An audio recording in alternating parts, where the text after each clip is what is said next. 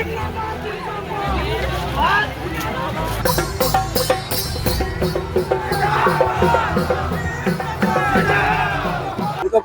সঁহাৰি ৰাইজৰ আৰু সঁচাই মই মানে আৱেগিক হৈ পৰিছোঁ গোটেই চিটুৱেশ্যনটো চাই। মই ভবা নাছিলোঁ ৰাইজে এনেকৈ সঁহাৰি দিব আৰু এতিয়া মোৰ সঁচাই উপলব্ধি হৈছে মৰিগাঁও ৰাইজে সঁচাই এটা পৰিৱৰ্তন বিচাৰিছে, এটা ভাল পৰিৱৰ্তন বিচাৰিছে আৰু গতিকে সেই দিশতে আগবাঢ়িছোঁ।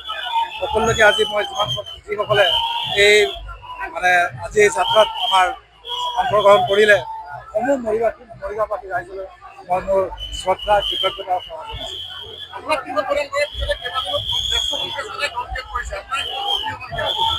মই তাত কমেণ্ট নকৰোঁ, এইটো নিশ্চয় ব্যক্তিগত কথা। গতিকে বৃহত্তৰ চাব লাগিব যে আমি কি কৰিবলৈ আছোঁ। আমি এটা শক্তি ইয়াৰ পৰা উত্থান কৰিব বিচাৰোঁ। আমি বিজেপিক ইয়াৰ পৰা আঁতৰাব বিচাৰিছোঁ সন্মিলিত শক্তি হিচাপে। তাত কোনোবাই চেক্ৰিফাইচ কৰিবই লাগিব আৰু এটা কথা তেখেতসকলে বুজি পোৱাটো ভাল। মই ভাবোঁ যিসকলে হয়তো এই প্ৰতিনিধি হৈ মানে জিকি যাব, তাতকৈও যিসকলে চেক্ৰিফাইচ কৰিব, যদি কাইলৈ তাতে যেতিয়া কংগ্ৰেছৰ চৰকাৰ হ'ব তেতিয়া কিন্তু এই চেক্ৰিফাইচ কৰা কেইজনৰ মই ভাবোঁ যোগদান অধিক মানে পাৰ্টিটোৱে স্বীকাৰ কৰিব। মৰিগাঁৱত খুবেই আত্মবিশ্বাসী মই এইবাৰ, কাৰণ বিপুল সঁহাৰি পাইছোঁ। মৰিগাঁও মানুহে জাতি ধৰ্ম নিৰ্বিশেষে, দল নিৰ্বিশেষে, কোনো পলিটিকেল পাৰ্টি নিৰ্বিশেষে এটা পৰিৱৰ্তন বিচাৰিছে আৰু সেই পৰিৱৰ্তনত ৰাইজে মোক সহযোগ কৰিছে আৰু ৰাইজক মই মানে চিৰকৃতজ্ঞ, কৌটি নমস্কাৰ।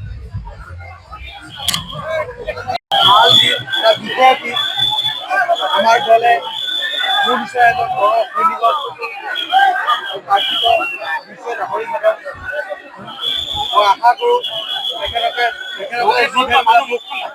প্ৰদান কৰিছে তেখেতসকলৰ এটা কথা পালন কৰিম আৰু তেখেতসকলে যি কথা মোৰ ওপৰত বিশ্বাস লাগিছে সেই বিশ্বাস মই কেতিয়াবা আঁতৰিব দিব। ভাল লাগিছে যে আমাৰ লাহৰীঘাট আহি যি মৰম, যি আশীৰ্বাদ মই পাইছোঁ, অজস্ৰ নিজে নিজে ওলাই আহিছে মোৰ সমৰ্থনত।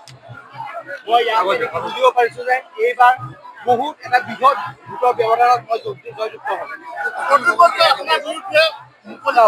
ইলেকশ্যনত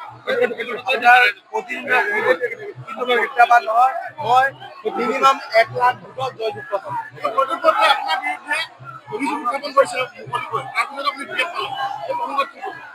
চাওক, তেখেত মোৰ জ্যেষ্ঠ হয়, তেখেতৰ ৰাজনৈতিক অভিজ্ঞতা মোতকৈ বহুত বেছি।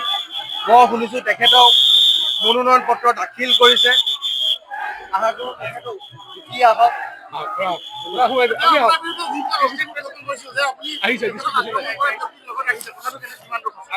হ'ব পাৰে আপোনালোক সকলোৱে তেখেতৰ প্ৰেছ মিটটো দেখিছে, তেখেতে বিভিন্ন কথা কৈছে।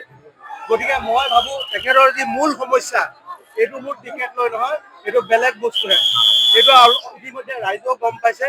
মই আশা কৰোঁ তেখেত মোৰ জ্যেষ্ঠ হয়, তেখেত আগবাঢ়ি যাওক।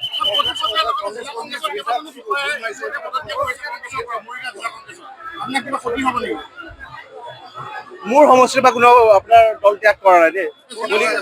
মৰিগাঁও জিলা কংগ্ৰেছৰ পৰা কৰিছে, কিন্তু তেখেতসকলে এতিয়া কি ক্ষোভত কৰিছে সেইটো মই গম পোৱা নাই আৰু তেখেতসকল যোৱাত কোনো ক্ষতি হোৱা নাই।